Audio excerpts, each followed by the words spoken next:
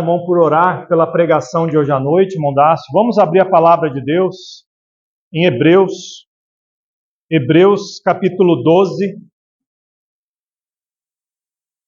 Hebreus capítulo 12.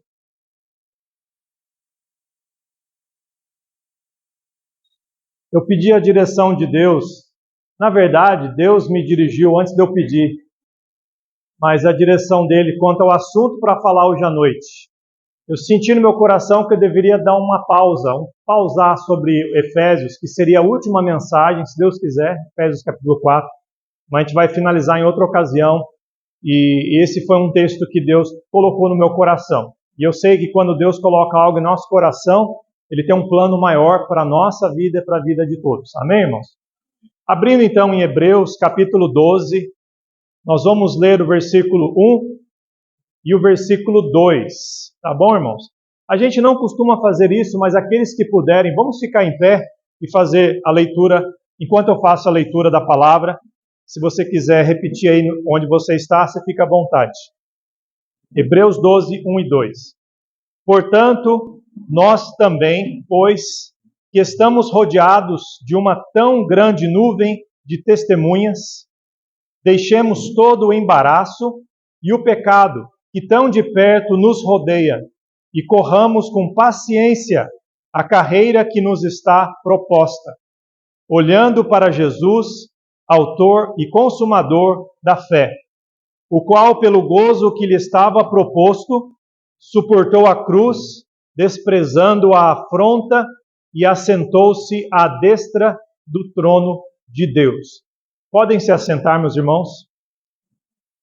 Como que você está correndo a corrida da vida cristã? Essa é uma pergunta que eu faço e eu espero que durante essa pregação você tenha uma resposta mais clara e se Deus dirige você, toca no seu coração que você alinhe, siga a direção ou que Deus quer que você faça com relação a isso. Como você está correndo na vida cristã? Nós somos uma igreja cristã aqui, pequena, nova, mas nós nos chamamos cristãos. Denominados Igreja Batista Bíblica em Pouso Alegre, mas mais do que um nome, a nossa identidade está no fato de que Jesus Cristo, aquele que veio e morreu pelo meu e pelo seu pecado, Ele é não só o Salvador, mas o Senhor, aquele a quem seguimos. Por isso somos cristãos. E a vida cristã é composta de altos e baixos e de uma jornada que é uma jornada longa. Eu posso comparar a vida cristã não só àquela corrida de 100 metros que você tem que dar tudo para correr rápido, mas aquela maratona gigantesca, aquela em que começa muita gente, né? E você vê ao longo do caminho muitos esgotados e cansados. E é isso que o autor de Hebreus tinha em mente quando ele disse, corramos com paciência. Ele traz a ideia da vida cristã ser uma maratona, uma corrida bem longa, algo que é exaustivo, algo que traz um cansaço físico, algo que requer de nós uma preparação, que requer de nós continuidade. E eu acho bonito ver como que o autor encoraja, trazendo para nós muita verdade aqui. Ele encoraja o cristão a correr essa corrida, trazendo muita realidade, muita verdade.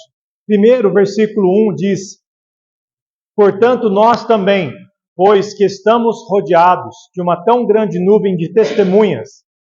Então, nós começamos a ler o versículo 1, mas a Bíblia não é dividida em capítulos originalmente, sabia, irmãos? Esses números maiores, capítulos, e os menores, versículos, não estão nos originais, tá? Esses números não são inspirados por Deus. Eles foram colocados muito tempo depois, séculos atrás, para nos ajudar a facilitar, né? A facilitar a nossa localização. Então, por isso que quando eu falo, vamos abrir lá em Hebreus 12, você sabe onde que ir, né? Caso contrário, você tinha que decorar que cantinho, que altura da Bíblia, e pôr o seu dedo e falar, eu acho que é aqui, né? Então, esses números aqui, parece que começou, não é aqui que começou o assunto, o autor está continuando, ele fala, portanto, Então, tudo que ele falou antes, ele fala, portanto, ou seja, de acordo com tudo isso que eu falei, nós estamos rodeados de uma tão grande nuvem de testemunhas. Quem são essas testemunhas? Por que grande nuvem? Olha o capítulo 11, irmãos. Olha para você ver quantas pessoas que o autor se refere, o autor de Hebreus. Ele fala, irmãos, eu não vou ler aqui, é enorme, né?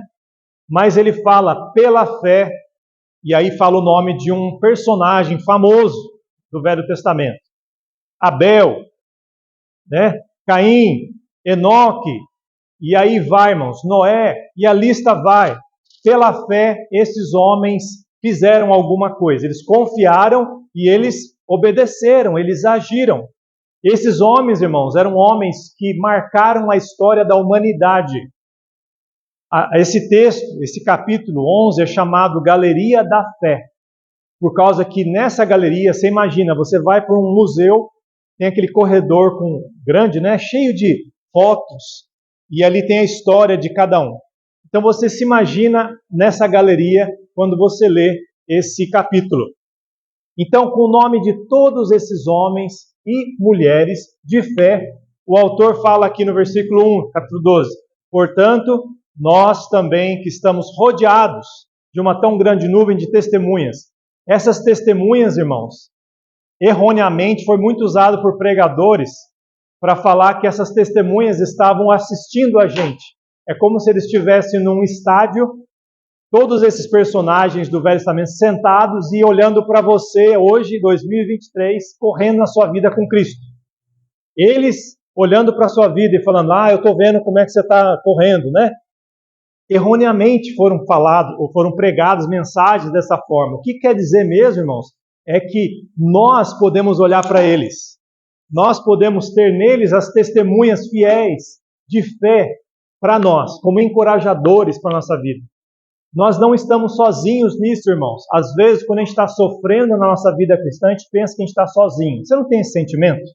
Quando você está passando por uma dor, parece que o mundo todo some e só está você com a dor num quarto escuro. Esse sentimento que nós temos, irmãos. Aqui o autor está falando, olha, você não é o único, bastante gente já passou pelo que você passou, em circunstâncias diferentes, né, momentos diferentes, tanto homens quanto mulheres, passaram pelo que você passou. E uma coisa em comum, eles confiaram em Deus. Confiaram totalmente em Deus. E o mesmo que eles fizeram se aplica para nós hoje. Devemos confiar totalmente em Deus. E aí, o autor falando nisso, olha, vocês não estão sozinhos, vocês têm um monte de gente que já passou por essa fase difícil de confiar, obedecer, mesmo nos problemas, e venceram. Aí o autor diz, deixemos todo o embaraço. Então, uma forma que um corredor tem, um atleta, de fazer uma maratona longa, é saber o que ele vai levar, o que ele não vai levar para a corrida, né? Eu não sei se você gosta de, quando você vai viajar para um lugar, você lota tudo quanto é bolso, tudo quanto é mochila, e ainda pega um monte de sacolinha do mercado e enche de coisa também, e soca lá em algum lugar no carro. Tem irmãos aqui que viajam com certa frequência, irmão Samuel, a irmã Rosa é assim? Não, né? Mais ou menos, né? Com o tempo a gente vai aprendendo a ficar compacto, né? Mas aqui, irmãos, a ideia é de que quando você vai correr uma maratona, uma longa distância, a melhor coisa a fazer é tirar tudo que é peso em excesso. Tudo que vai te atrapalhar, tudo que vai ser um embaraço. Essa ideia de embaraço, irmãos, é aquilo mesmo que vai ficar enroscando, né? Quando você vai passar em algum lugar e você enrosca a camisa naquela beirinha do fio do arame que está ali, né? Ou naquele galinho da árvore que está ali que te... Então, um negocinho fininho assim consegue te segurar de continuar a sua trajetória. Isso é embaraço, né? Quando você vai correr, você tem que deixar o embaraço ou as distrações. Irmãos, na vida cristã nós temos muitas distrações. Essas distrações não são coisas ruins não, viu, irmãos? Necessariamente. Já que a gente vai falar das coisas ruins, tá? Essas distrações são coisas inocentes, que parece que são boas, mas que está na hora errada no momento errado, no local errado, e nos atrapalha de focarmos e fazermos uma corrida boa, né, na vida cristã. E aqui, irmãos, é coisa muito particular para cada um de nós. Eu tenho minhas próprias lutas com embaraços pessoais, e eu reconheço isso, né? Eu quando vou fazer uma coisa, eu fico mais que hiper focado. Eu não sei o que é, se tem um nome para isso, né?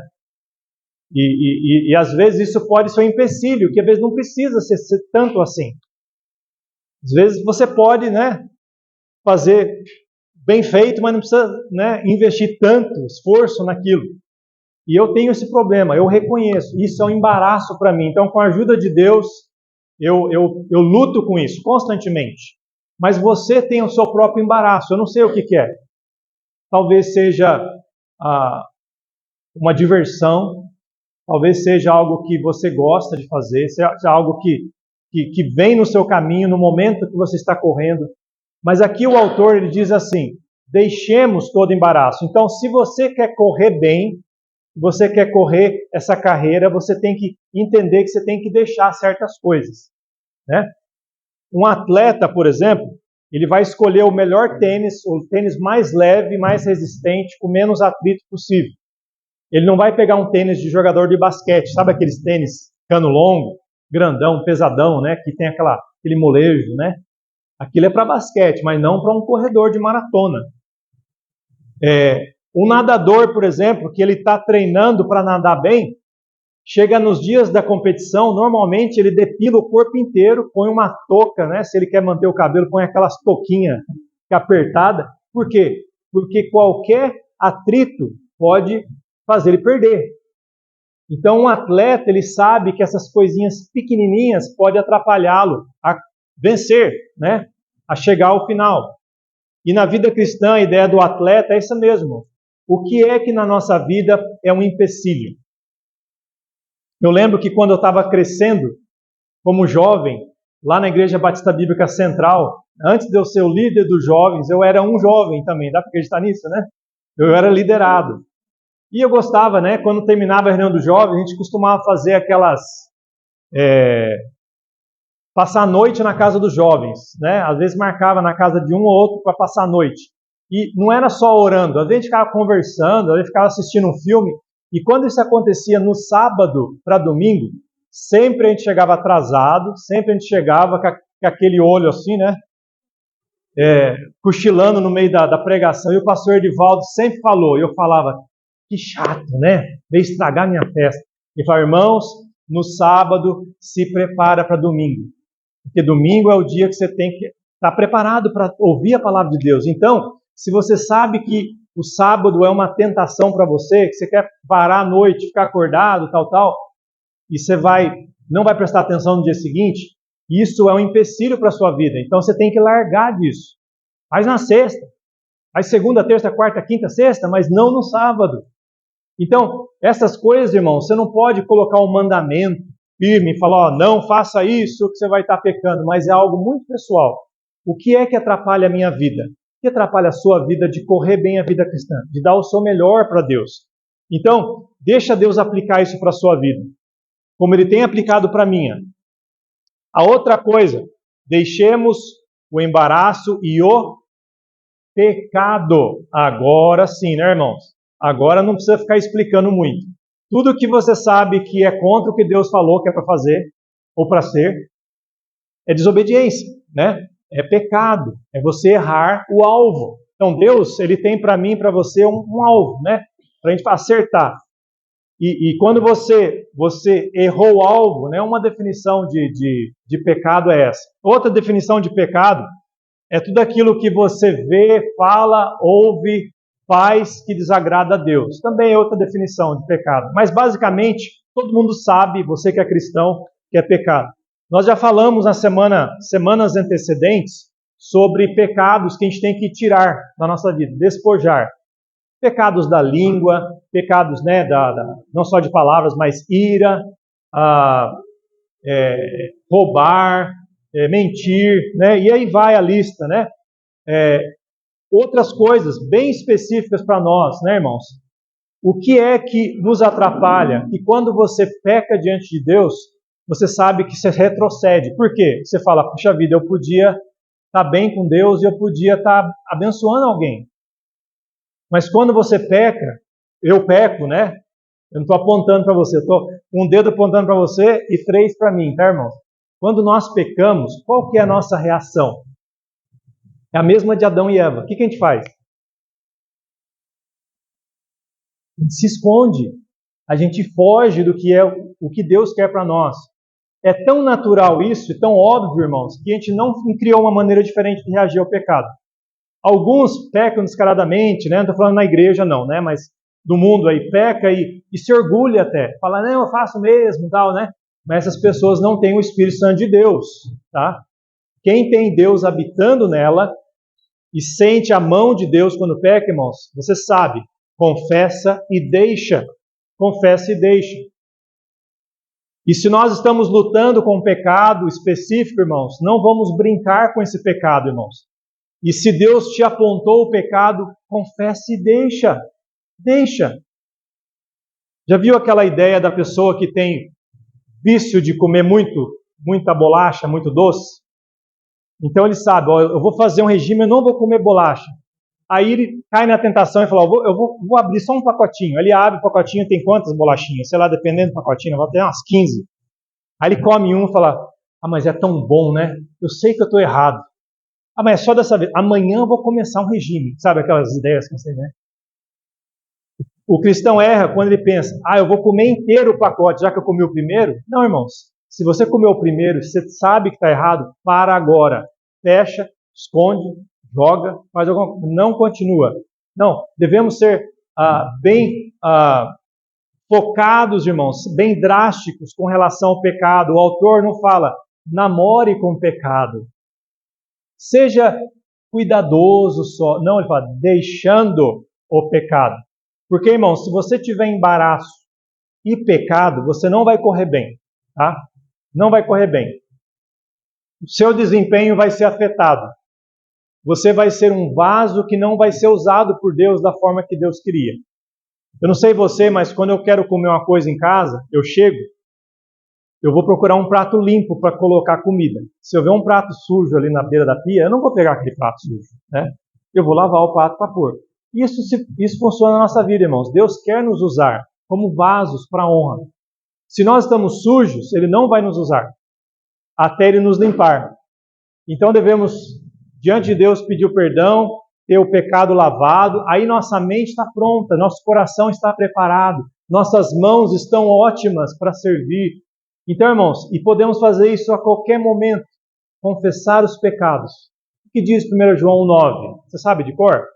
Se confessarmos os nossos pecados, Ele é fiel e justo para nos perdoar os pecados e nos purificar de toda a injustiça. Então, irmão, se você já pediu perdão dos seus pecados como um pecador para aceitar Jesus como Salvador, até hoje você precisa acertar os seus pecados, sabia? Você precisa confessar os pecados.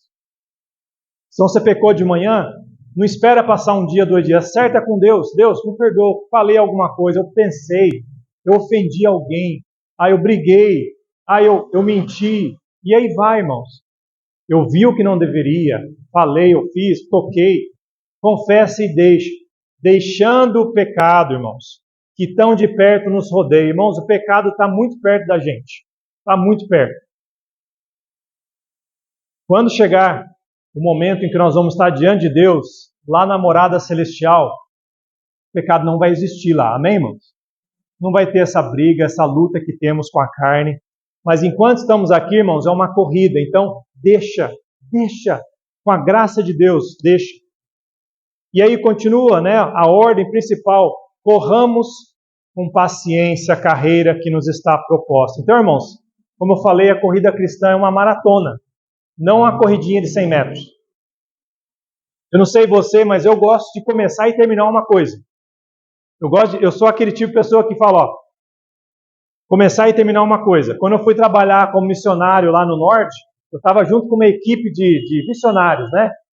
E eu estava sob a supervisão de um outro missionário que ele era aquele tipo que faz tudo ao mesmo tempo.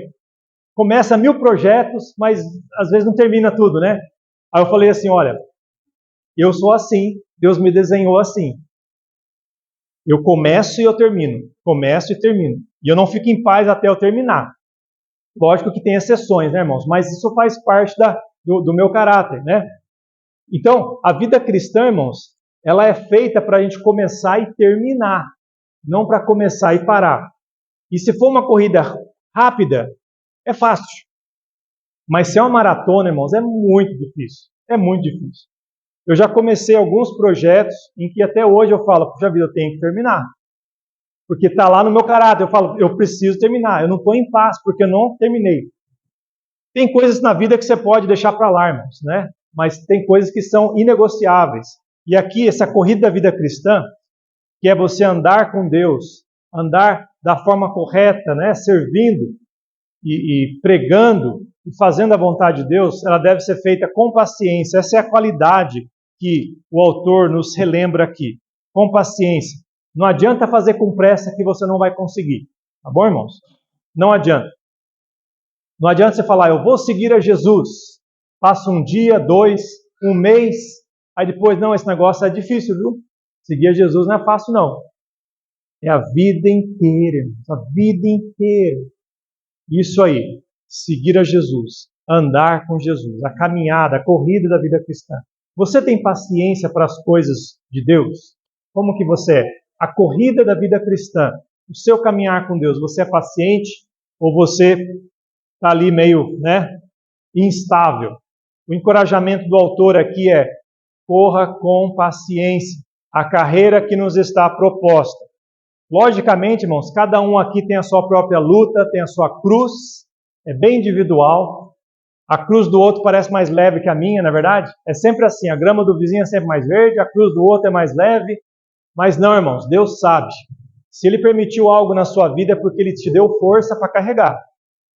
Então nunca olha para ninguém e fala, ah, mas aquele ou aquela, se ele tivesse o meu problema, ele ia ver. Não, irmãos, sejamos pacientes uns com os outros. Às vezes Deus permitiu aquilo naquela pessoa porque é aquilo só que ela consegue. Então para ela aquilo lá é tudo. Sejamos pacientes, porque para a gente o nosso sofrimento, aos olhos de alguém, pode não ser nada também. Não é verdade? A gente tem que entender, irmãos, a se alegrar com os que se alegram e chorar com os que choram. Nunca comparar e desfazer ou menosprezar a corrida alheia. Mas encorajar e falar, olha, Deus te deu essa carreira, te deu uma luta, eu vou orar por você. E vamos juntos. Se eu posso ajudar? Vamos juntos. E na minha luta, no meu problema, ore por mim também. Ore por mim também. E é assim que a gente faz, irmãos. Não é uma competição, mas é uma cooperação. Nós falamos várias vezes na nossa igreja que nós temos alvo de, além de ser uma igreja comum, uma igreja que alcança famílias que têm alguma deficiência, seja mental ou física. Esse é um alvo que Deus colocou no nosso coração como família de pastor e missionários, começando essa igreja. Então Deus está peneirando quem Ele está trazendo aqui. Então quem vem aqui vai sabendo, puxa vida, olha, eles têm essa visão, eles têm esse coração. Então Deus vai trazendo as pessoas que Ele quer, né? Então esse tipo de mentalidade, devemos entender, irmãos, que as pessoas vão precisar ser curadas, vão precisar de oração, vão precisar de encorajamento. Às vezes vão precisar de um safanão também, né? Mas nós precisamos estar junto um com o outro. E eu falei desde o começo, irmãos, aqui é um machucado ajudando o outro. É um machucado. Não tem ninguém totalmente saudável aqui, irmãos. Tem alguém que está com o braço quebrado, ajudando o cadeirante. Alguém que teve um AVC, ajudando o que tem o braço quebrado. Alguém que tem problema de vista, dirigindo para ele. Ah, não, nem tanto, é perigoso, né? Mas um está tentando pegar o melhor que tem para ajudar quem tem dificuldade. Então, irmãos, isso é um retrato da vida cristã. Sejamos pacientes na corrida da vida cristã e não julgando, tirando pedra e falando, olha, você, se tem erro e pecado, vamos exortar em amor, sim, mas vamos encorajar e levantar a pessoa e falar, ó, vamos caminhar junto, viu? Tira esse embaraço, tira esse pecado. Agora, o mais importante dessa passagem, irmãos, que eu queria que os irmãos lembrassem, se você for esquecer de tudo, lembra disso aqui. A melhor maneira de você correr essa corrida da vida cristã é olhando para Jesus, o autor e consumador da fé. Muitos desistem na vida cristã porque estão olhando para outros, ou estão olhando para si mesmos. Aí está a receita para o desastre e a receita para a derrota. Tá? Por quê? Porque a vida cristã foi desenhada por Deus, foi preparada, aqui fala a carreira que nos está proposta, foi preparada para nós corrermos dessa forma aqui, tirando o que é ruim, embaraço e pecado, sabendo que a gente não está sozinho, e com paciência, mas o olho, o foco é em Jesus. Você pode ouvir os gritos, você pode ouvir reclamação, saber que está difícil, mas seu olho, seus olhares, seu foco tem que estar em Jesus Cristo. Aí está o segredo da vida cristã, irmãos. Logicamente, você vai na igreja também para abençoar a vida das pessoas, né? Durante a pandemia, infelizmente, a gente teve que mudar tudo isso, né? Teve que fazer igreja em casa. Quem gostou dessa época? Levanta a mão. Algumas vezes, né? Eu lembro eu e a Débora que a gente estava no meio de nossa divulgação ministerial, indo para igrejas, né, irmão? Né, Débora? Que é minha irmã também, né? Às vezes numa igreja de manhã, numa igreja à noite, né? Semana cheia de igreja, aí cancelou tudo. Por quê? Pandemia. Aí o que a gente fazia? Em casa, reunião, né? No vídeo. E algumas vezes eu ficava lá com camisa e gravata, falando com igrejas, né? Geralmente. Mas lá eu estava com uma bermuda. Né? Olha que conveniente, irmãos, porque era só aqui que as pessoas viam. Só que essa época, irmãos, acabou, graças a Deus, né, irmãos? Tomara que nunca volte. Mas o que faltou disso aí, irmãos? Comunhão, faltou calor humano, faltou, irmãos, aquele contato com pessoas. Você está numa igreja que pessoas te olham nos olhos, você vê pessoas falhas como você, né? Não tem como pôr um filtro ali, né? Filtro que você põe no celular, que você fica bonito, sem nenhuma imperfeição, né? Na vida real, irmãos, nós somos quem somos, né? Então, isso é igreja. E é isso, irmãos, que devemos lembrar, que devemos correr, que nós não estamos sozinhos, devemos ajudar uns aos outros. Mas mesmo que você está rodeado de pessoas numa igreja local, você não pode olhar para essas pessoas como seu padrão principal. Essas pessoas podem ser exemplo, mas não perfeito. Paulo falou em 1 Coríntios 11, 1, o que diz lá? 1 Coríntios 11 e 1. É facinho de decorar essa referência, porque só tem número 1, tá? 1 Coríntios 11 e 1. O que diz lá? Sede meus imitadores, como também eu de Cristo. Paulo, ele só tinha autoridade para falar, me sigam, quando ele estivesse seguindo Jesus. Se Paulo estivesse na força dele, fazendo a vontade dele, ele não seria um bom exemplo. Ele só é bom exemplo quando os olhos dele estão em Jesus. Irmãos, se você estiver seguindo a Jesus, você vai ser uma bênção, tá?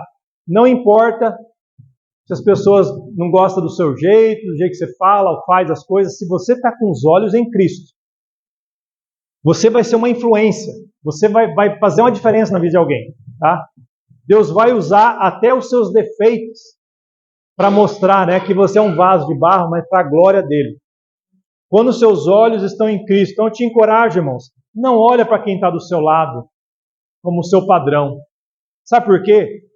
Porque não é se você vai ser decepcionado, mas você vai ser decepcionado em algum momento. É quando você vai ser. É questão de tempo, tá? Como pastor da nossa igreja, eu quero encorajar você, e todo pastor deveria fazer o mesmo. Siga o meu exemplo, como eu sigo a Cristo. Se eu não estiver seguindo a Cristo, não me siga. E você tem a autoridade de Deus para me corrigir, em amor, logicamente, né, irmãos? Com o jeito certo, com submissão, mas chegar, pastor, eu estou vendo que isso, pelo que eu estou lendo na Bíblia, parece que tem coisa que precisa mudar. Eu vou receber isso aí, tá, irmão? Eu vou receber com carinho. E eu sei que você pode ser usado por Deus para me abençoar. Então, se eu não seguir Jesus, eu não sou bom exemplo, mas se eu seguir, eu sou ótimo exemplo.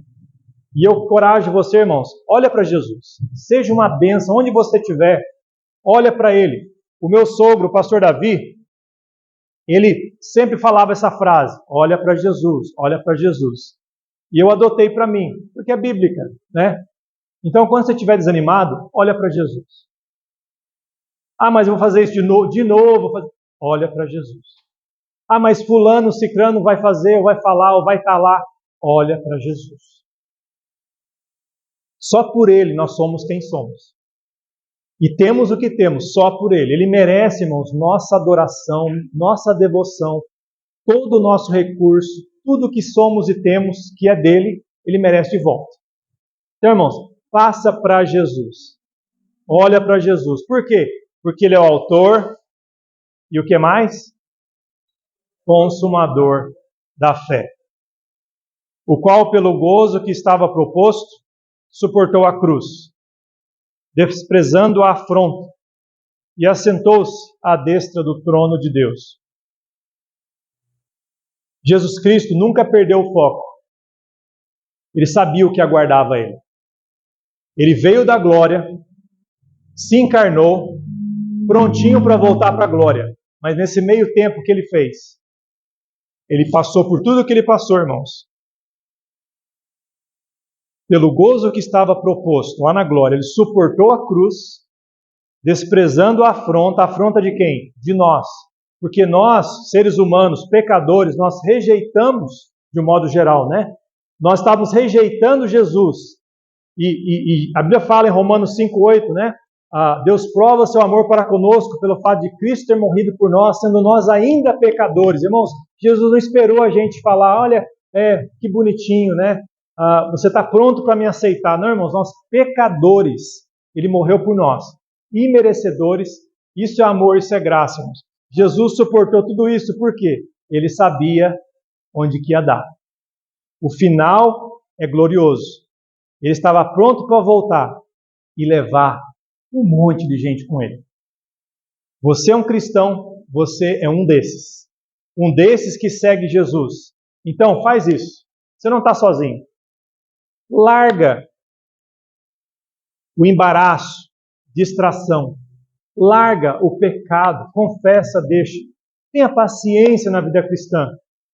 Encoraje um ao outro quando estiver correndo, tá? Tenha paciência e só olha para Jesus. Não olha para mim, não olha para ninguém mais. Se eu estiver olhando para Jesus, você pode até olhar, mas olha para Ele, tá? Nunca ninguém vai te desapontar. Aliás, Ele nunca vai te desapontar se os seus olhos estiverem nele. Vamos fechar os nossos olhos nesse momento? Senhor, obrigado pela Tua palavra. Nós precisávamos, Senhor. Às vezes a correria da vida cristã, Senhor Deus, nos distrai, faz a gente ficar focado na gente mesmo, nas nossas dores, os nossos problemas. Às vezes a gente guarda mágoas, a gente tem decepções com a gente mesmo ou com outros, mas isso mostra que a gente não está olhando para Jesus. Ajuda, Senhor Deus, a corrermos a vida cristã desse jeito aqui, Senhor.